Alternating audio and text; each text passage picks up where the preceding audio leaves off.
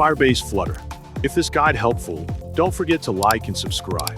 To connect Firebase with your Flutter project, start by navigating to console.firebase.com and creating a new Firebase project.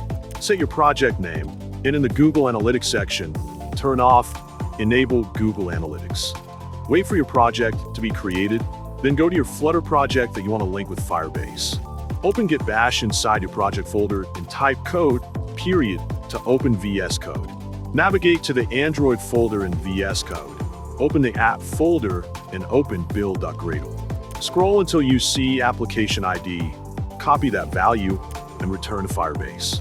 Click Android and paste your application ID in the Android package name field. Then click Register App. Download the Google Services.json file and move it into your VS Code Android and app folder. Now add the Firebase SDK by choosing Groovy build.gradle. Copy the plugins, go to the Android folder, find build.gradle, and paste the plugin into dependencies, changing the syntax to class path. Back in Firebase, copy the plugin from the module section and paste it at the very top of build.gradle inside Android and app folder. Open main.dart, open the terminal, run flutter pub get, then run flutter run to run the project.